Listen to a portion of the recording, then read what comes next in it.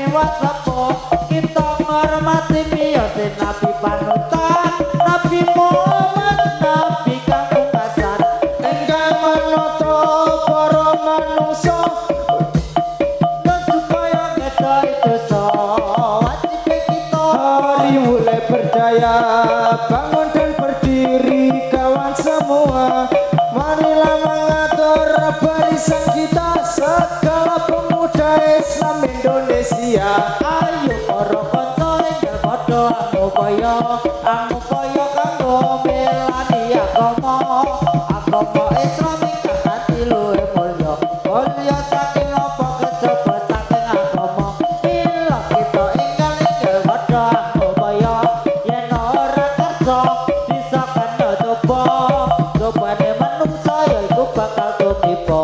nanging kita ora ngerti yen bakal tumiba aduh Tuhan Allah minta ampun hari ini aduh Tuhan Allah minta ampun hari ini bersama-sama saudara kami bersama-sama perkumpulan ini mau berhenti sekali lagi astagfirullahaladzim ya Allah nyuwun ngapura. Wah, langsung dadi.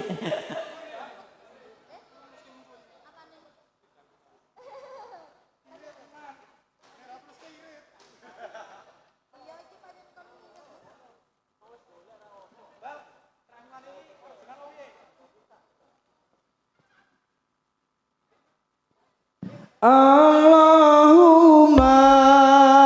sholli wa sallim ala sayyidina wa maulana Muhammadin adabana ilmilahi sholatan daimatan lagi ayo prakanca ngawaruana rukun Islam ya iku 5 sadat loro rukun kang siji bisa sira kelawan ngaji kaping pindhone lakoni salat kaping telune bayar zakat ing 4 posono ing bulan Ramadan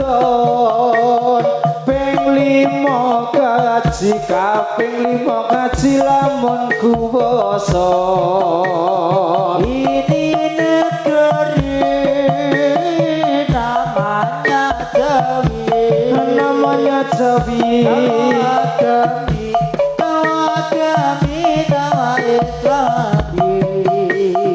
agami Islam sudahlah terang asal dawuhe dari pangeran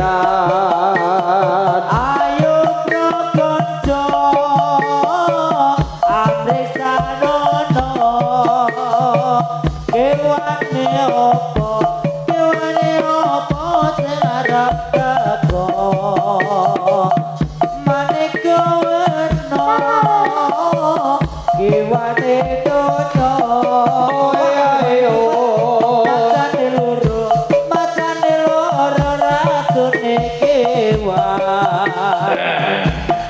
Tinggi gunung Kampung Melayu Melingkar sarwa lingkar di pinggir kali sarang murah di puncak kayu saya melihat terlalu tinggi mendung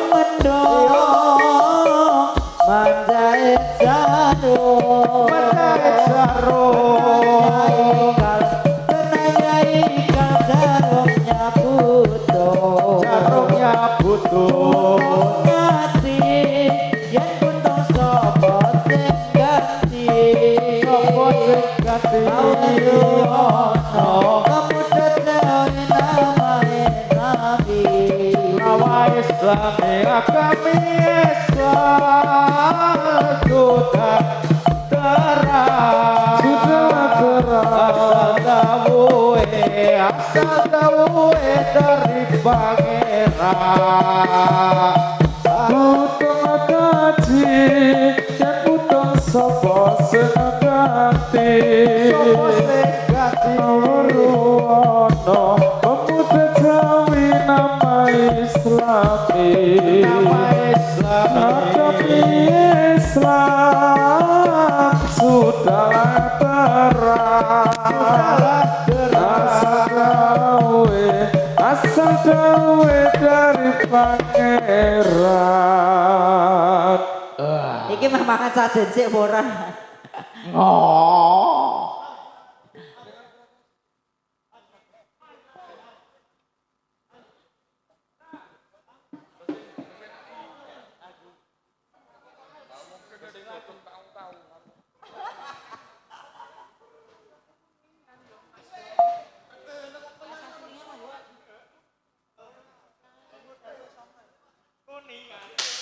sik kok sik ben do mangan sik macane ben mangan buah bareng ora meh mangan daging no ayo macan-macan dora doyan po ki panase omasyone iyupe omasyone kulon ayune yondo ora kepriyo bubrahake wong Oisan kali yo man kula yo kali agama yo man ana uwode oe ayo mati kula yo kemati yen tiba-tiba podo aku emoh yondo yo sarung pekalongan sing rajalo yondo yo selendang biru yo mas yo bojo colongan sing rajalo restu bapak ibu siji loro telu papat lima enam pitu wolu songo atiku yo mas lagi nada sapa bisa akol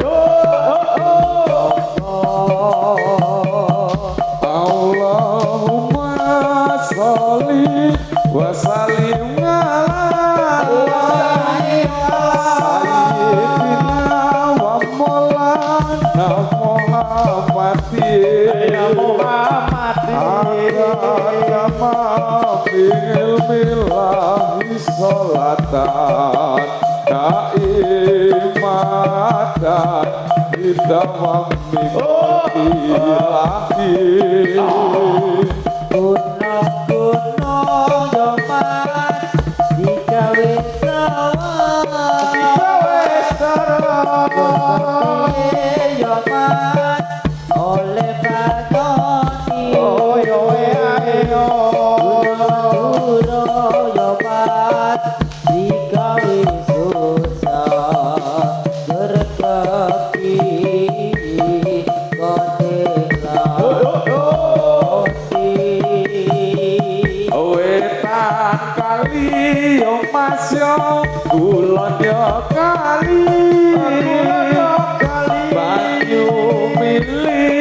Mas yo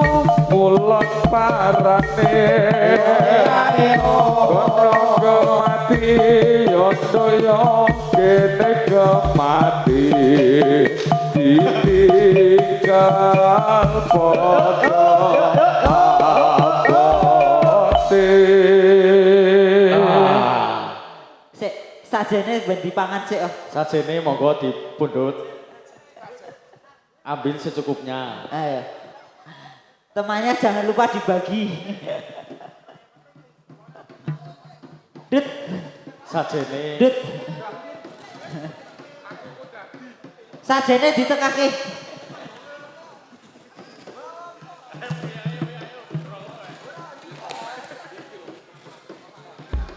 Lang, Gilang.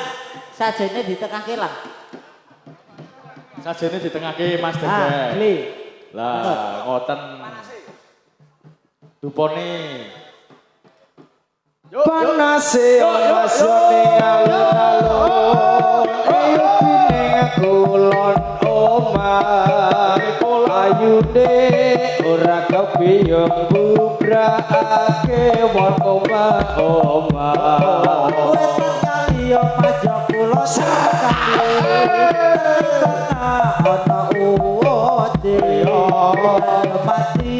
kula yo mati ditimbang padha aboti. Purwodajaya Mas iku kutane utawa namun akeh darane ingin mulya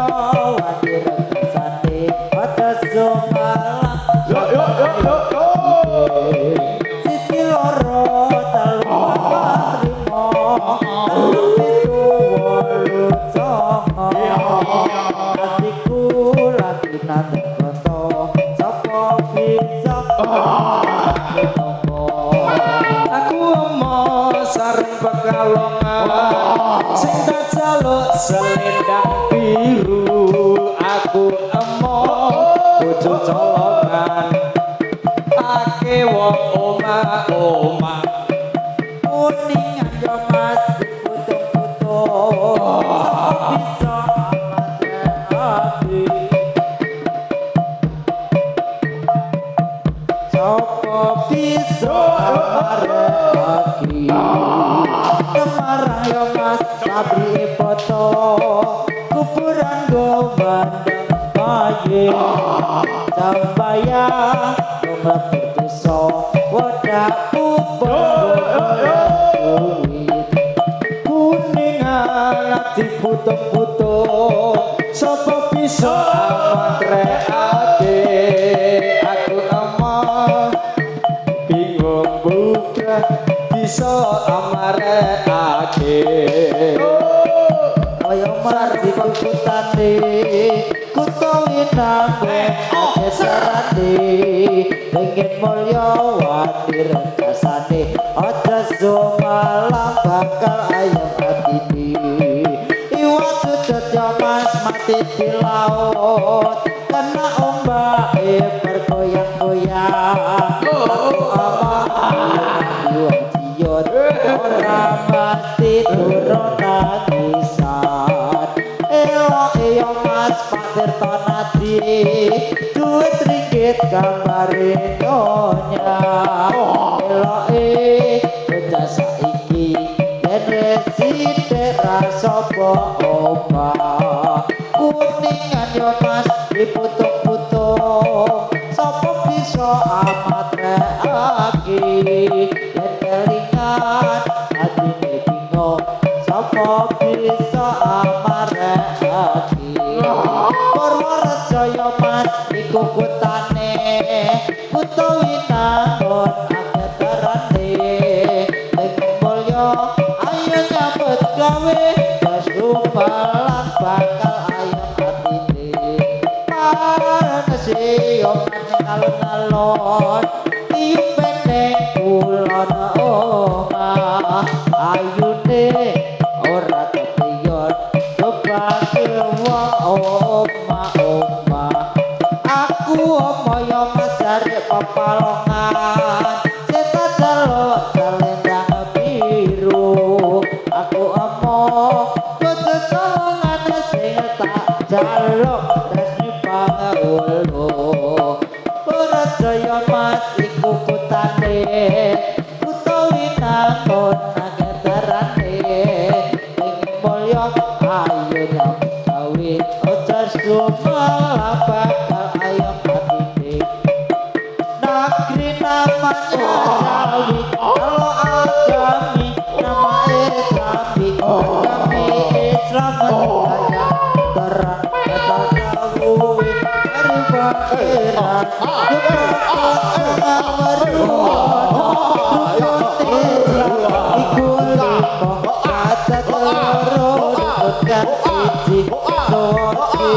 kelawan ngaji ping pindho ning lakoni salat kaping telune bayar zakat ing pat poso wulan Ramadan kaping 5 ngaji lamun kuwasa berkiatan berkumpulan ini romansaku aja dilimpahkan syukurlah